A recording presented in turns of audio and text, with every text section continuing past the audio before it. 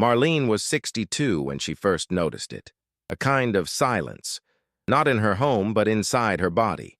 It wasn't something she could explain easily. Her weight had crept up over the last 2 years, sure. But this was more than numbers on a scale. It was a quieting of energy, of appetite, not just for food, but for life. She still went on her daily walks, still cooked healthy meals. She even tried that diet her daughter swore by. But the weight didn't move. It clung to her belly, her hips, her arms, like it had settled in for good. And with it came something else. Fatigue, irritability, and a growing sense of disconnect from her own reflection. What troubled Marlene the most wasn't the stubborn weight. It was the strange numbness she began to feel toward intimacy. Her husband, Daniel, had noticed it too. Their physical affection had grown scarce, not out of conflict, but out of a mutual drift they never fully addressed. A kiss became a routine. A touch became an afterthought. Marlene had chalked it up to age. That's just how it goes, she'd tell herself. But something deep inside her whispered otherwise.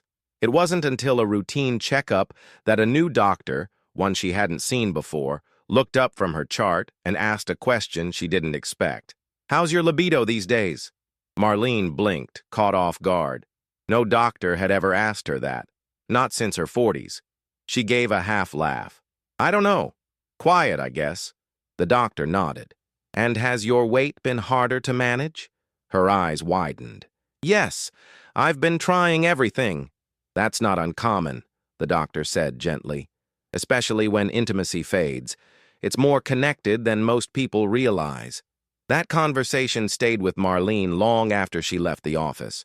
Could her quieted body, her quieted desire, really have something to do with her metabolism, with her inability to lose weight? She began to notice things she hadn't paid attention to before. The lack of spark in the morning, the way she stopped lingering in front of the mirror, the absence of flirtation, of touch, of closeness. Her body had grown heavier, yes, but so had her sense of self. She had never associated desire with vitality. But now she began to wonder, what if the two had always been linked? What if her body wasn't just gaining weight, but grieving something unspoken? The silence she felt wasn't laziness or lack of discipline. It was the echo of a body that had stopped being touched, seen, and wanted. And as she began to sit with that truth, something started to stir again. Something small, something honest. A question. What if this quiet wasn't the end? What if it was just the beginning of her body asking to be heard again? There's a quiet kind of intelligence within the body, one that listens closely to our emotions, our routines, and our relationships. When Marlene began exploring what the doctor had said, she didn't expect to find a trail of studies and stories that pointed to a startling connection. The loss of intimacy and the slowing down of metabolism often go hand in hand. This wasn't about sex in the conventional sense.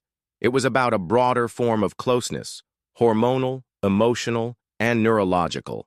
The kind of contact that reminds the body it's alive, connected, and still part of something meaningful. In younger years, intimacy feels natural, almost automatic. But with age, life becomes quieter. Children move out, routines settle, and the sparks that once set off hormones like oxytocin and dopamine become fewer and farther between. For many, this shift goes unnoticed. For others, like Marlene, the body begins to show signs it misses those sparks. Scientists have found that physical intimacy, through touch, affection, or sexual activity, stimulates regions in the brain tied directly to metabolic regulation. Specifically, these interactions activate the hypothalamus, which influences everything from appetite to fat storage. Without these moments of stimulation, the hypothalamus can become less responsive, and the body's metabolic processes slow as a result. Marlene began to recall how much more energized she used to feel when physical closeness was a regular part of her life. There was a sense of motivation, of engagement, of wakefulness. Now her days moved in slower motion. She realized her body wasn't just aging, it was responding to an emotional drought she hadn't acknowledged. She dove deeper. She learned that during moments of intimacy, the body releases oxytocin, the love hormone. This hormone doesn't just foster bonding, it also reduces cortisol, the stress hormone that tells your body to hold on to fat. When oxytocin flows freely, cortisol eases. But when intimacy disappears, stress often lingers beneath the surface, quietly directing the body to store energy, just in case. The insight hit her harder than expected. It wasn't that her diet or exercise routine was wrong, it was that her body had slipped into a kind of survival mode, a protective, quiet state where it conserved energy rather than released it. This wasn't about returning to her 20s. It was about reclaiming the signals of vitality that once flowed through her, signals that could still be reawakened, gently and naturally. Marlene sat with the idea that her weight might not just be about food, or age, or effort.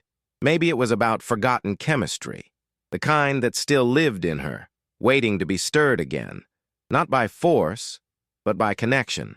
Marlene had always thought of testosterone as a man's hormone, something related to muscle, aggression, and the things she'd long outgrown. But in her reading, she discovered a truth that unsettled her at first, and then began to explain so much. Women produce testosterone too, and when it drops, everything from energy to body composition can shift. She had noticed herself growing weaker over time, not just in spirit, but physically. Grocery bags felt heavier. Stairs made her thighs ache.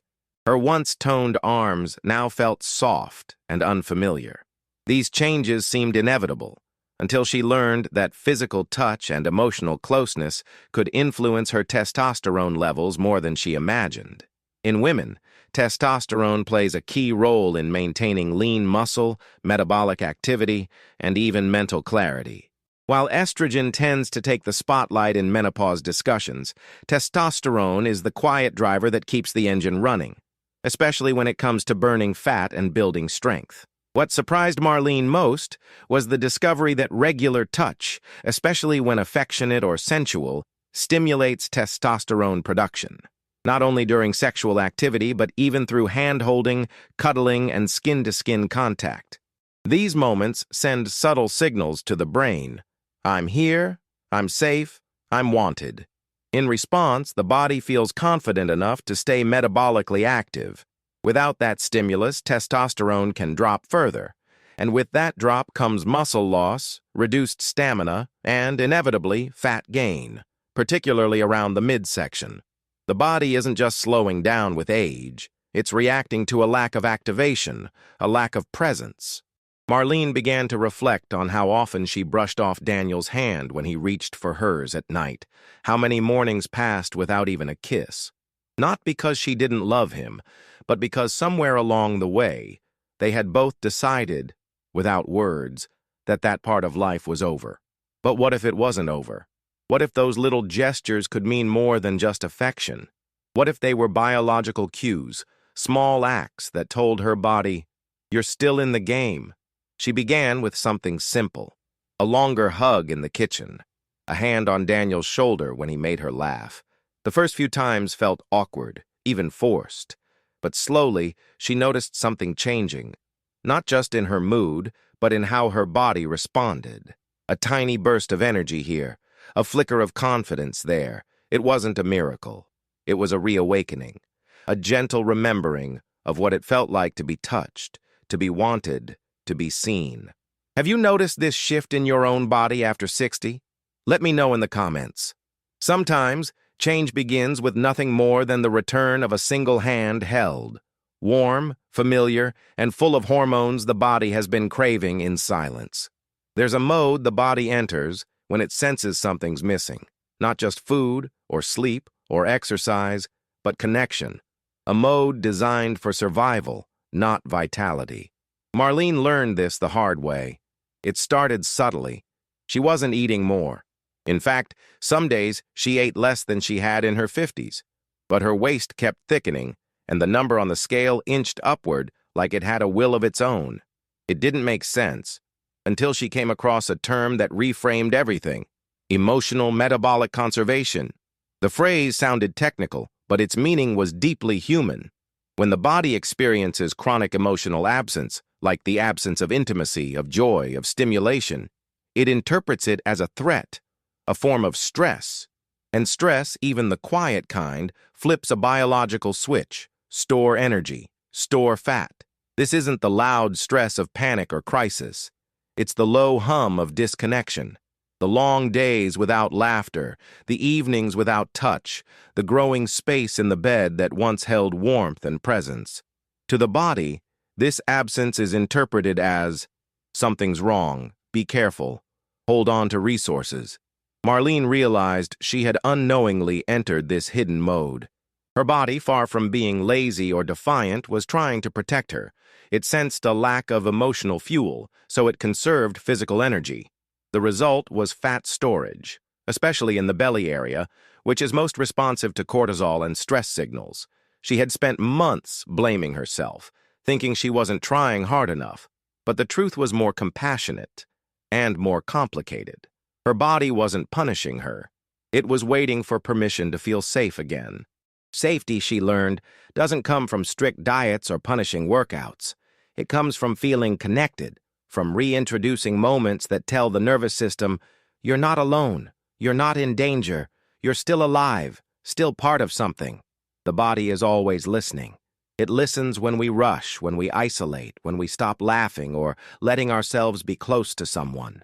And it responds by slowing down, by holding on. Marlene began to understand that the path to weight loss wasn't just about what she was eating. It was about what she was missing. She started spending time with old friends again, noticing sunrises, holding Daniel's hand without needing a reason. And slowly, her body began to soften, not in shape, but in resistance. Her energy returned, her cravings settled.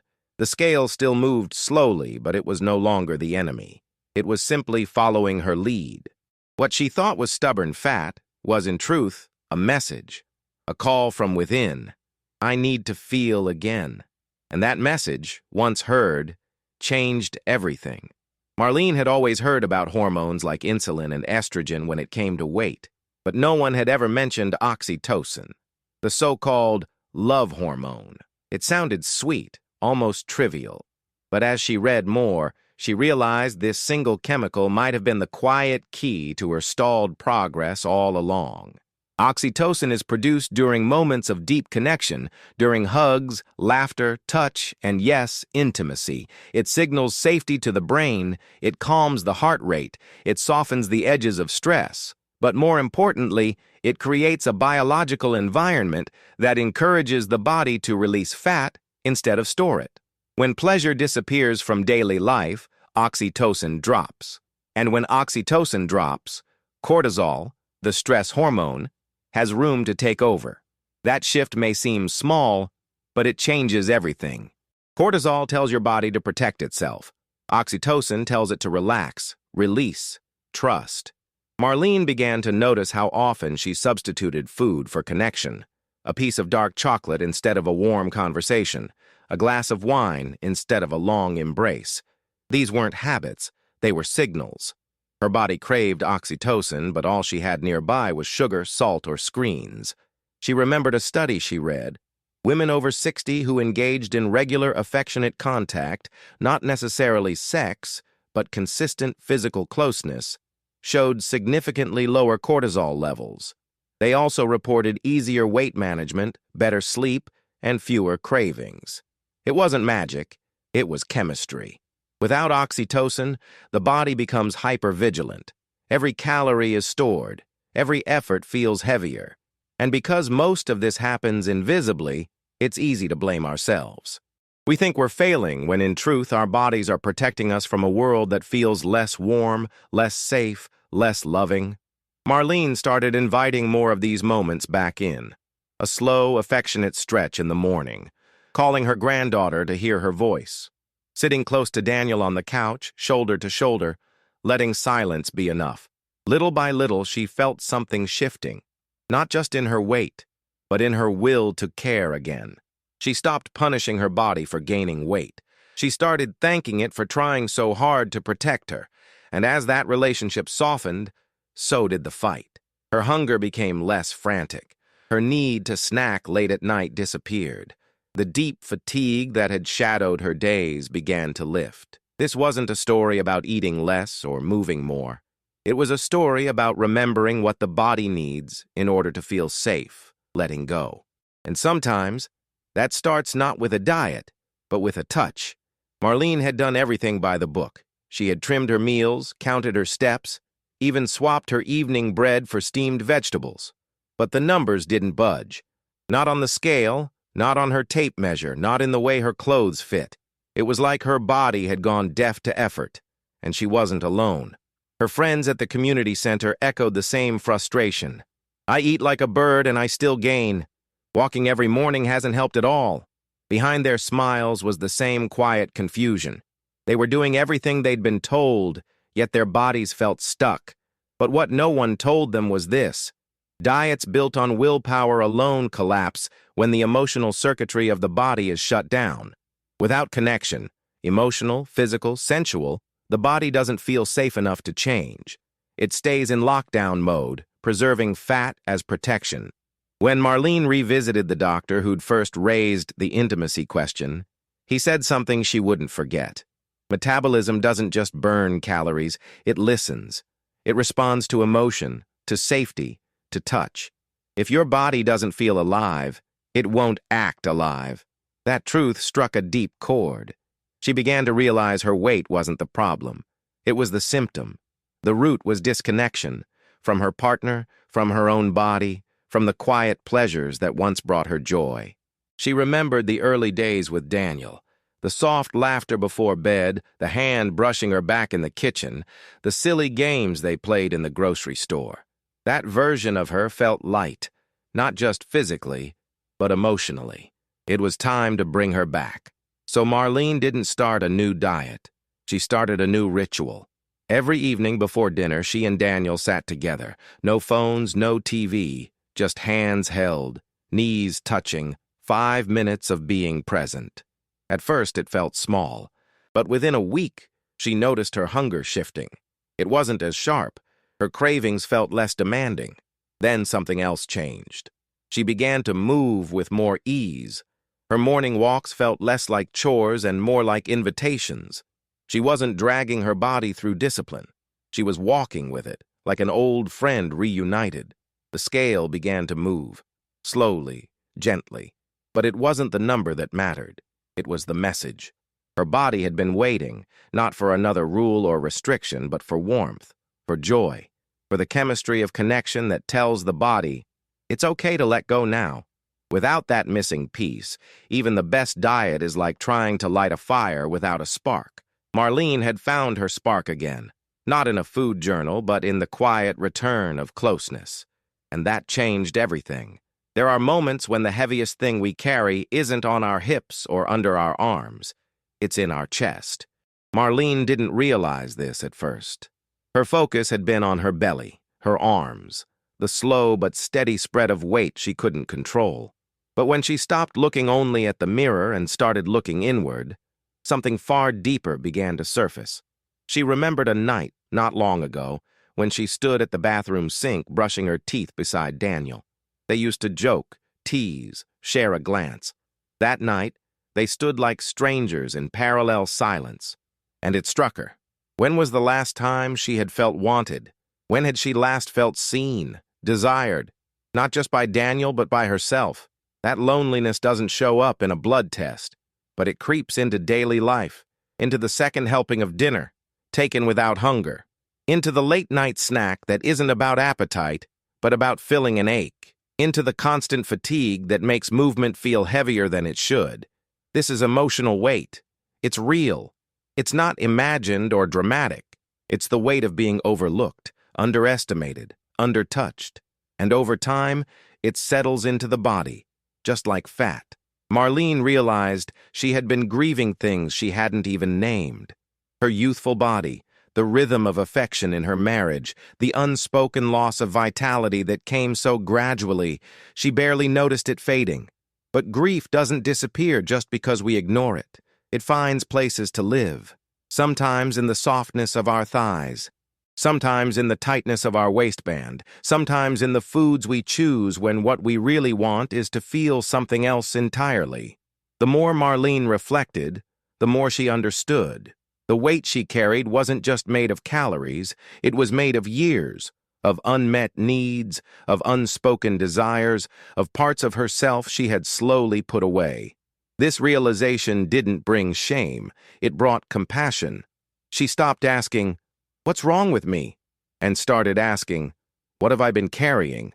She gave herself permission to cry without reason, to write in a journal without grammar, to tell Daniel the truth, not just about her body but about her heart, about how invisible she had begun to feel, about how much she missed being close to him, not out of duty, but out of desire. And he listened. That, too, was a release. An invisible pound lifted. That month, she didn't weigh herself, but she noticed her jeans buttoned a little easier. Her face looked a little softer. Not thinner, just lighter. Because when emotional weight begins to lift, the body often follows.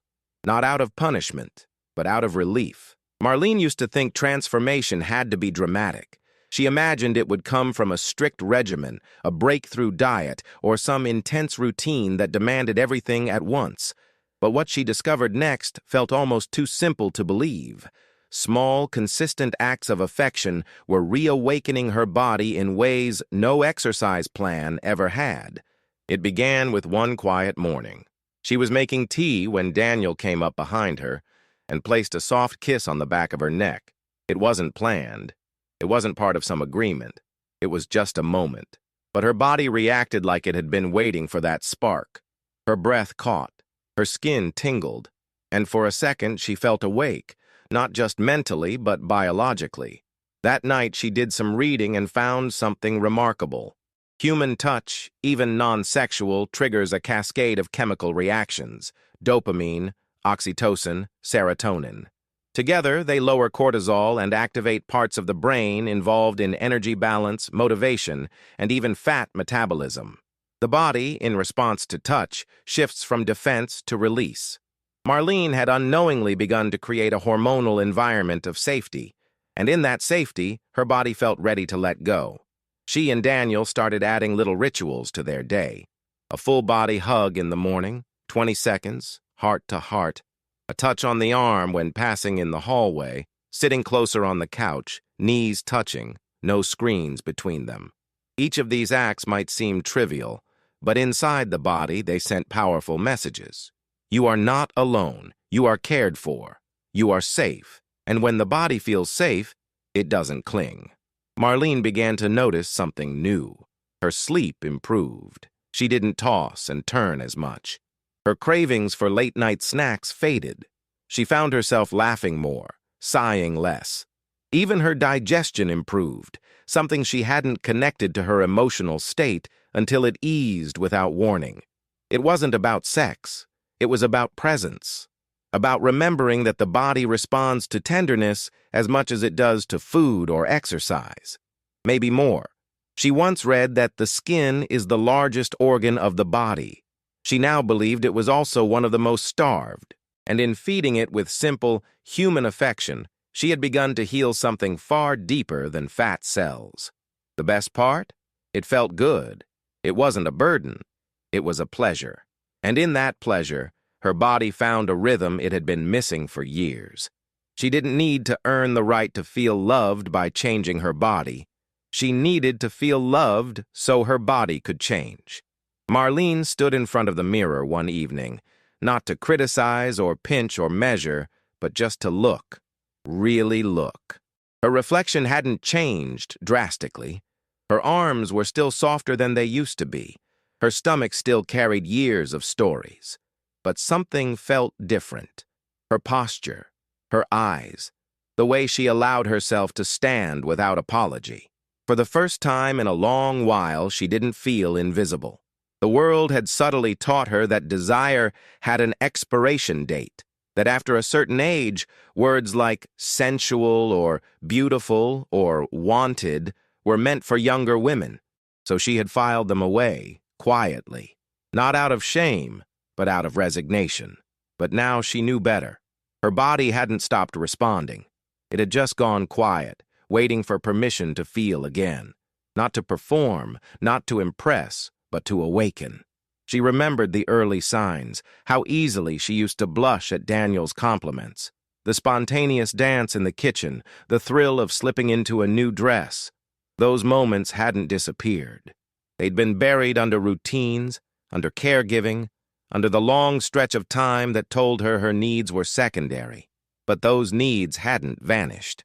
They had simply grown quiet from neglect. Marlene realized she didn't need to reclaim her 20s. She needed to reclaim her permission. Permission to wear red lipstick just because. Permission to initiate a kiss. Permission to feel desire and let her body respond to it. She learned that the nervous system holds memory, that every positive sensation, every moment of warmth or touch or delight, rewires the brain and body to expect safety, joy, release. The more she gave herself these moments, the more her body softened, not just physically, but emotionally. This wasn't about pretending she was younger. It was about honoring the woman she had become, wiser, gentler, more in tune with her rhythms. The changes were subtle but powerful. She stood taller. She smiled more freely. She moved through space like someone who belonged. Her body, once resistant, now felt like an ally. Not because she fought it into submission, but because she finally listened. She no longer waited to be desired. She became the source of her own aliveness. And in doing so, she invited others, Daniel included, to meet her there, in that space of honest, confident presence. She wasn't too old for this. She had simply gone too long without being reminded. You still matter. You still glow. You still deserve to feel. And her body responded in kind, grateful, open, and ready. Marlene had grown up believing that intimacy always meant sex, that physical closeness required a certain outcome, a certain performance. But the truth she uncovered, the one that finally gave her peace, was this. It's not sex that reawakens the body. It's connection. It's presence. It's the way someone looks into your eyes and really sees you. The way a hand lingers just a little longer than usual. The way laughter bubbles out of nowhere and reminds your nervous system that joy still lives here. You don't need to get back to anything. You don't need to reignite a flame you're no longer interested in. What your body needs, what it's always needed, is attention, closeness, sensation. These are the signals that tell your biology it's safe to function again, to release, to let go. Marlene started dancing in the kitchen by herself. She'd turn on her favorite songs from the 70s and just move, her hands in the air, her hips swaying. Not to burn calories, but to remember, to feel the air on her skin, the beat in her chest, the pulse of aliveness that had nothing to do with anyone else. Sometimes Daniel joined her. Sometimes she danced alone. Both moments mattered. She began writing love notes to herself in the fog of the bathroom mirror. You're still radiant. Look at you showing up. These weren't affirmations. They were observations. Simple, true, and powerful. She kissed Daniel on the cheek without warning. Let her hand rest on his. Invited moments of softness without needing them to lead anywhere. And slowly, gently, her body responded. She lost a few pounds, yes. But more than that, she lost the weight of silence. The weight of pretending she didn't need what she had always needed. Connection. This journey wasn't about becoming someone new. It was about returning to what had always been true. What small gesture makes you feel more alive lately? Tell me in the comments. Maybe for you it's music, or sunlight on your skin, or the sound of your grandchild's laughter. Maybe it's letting someone braid your hair or asking to be held just a little longer. Whatever it is, don't push it aside. Because this pulse, this spark, this need, isn't a weakness. It's your body telling you, I'm still here. And when you listen, your metabolism does too.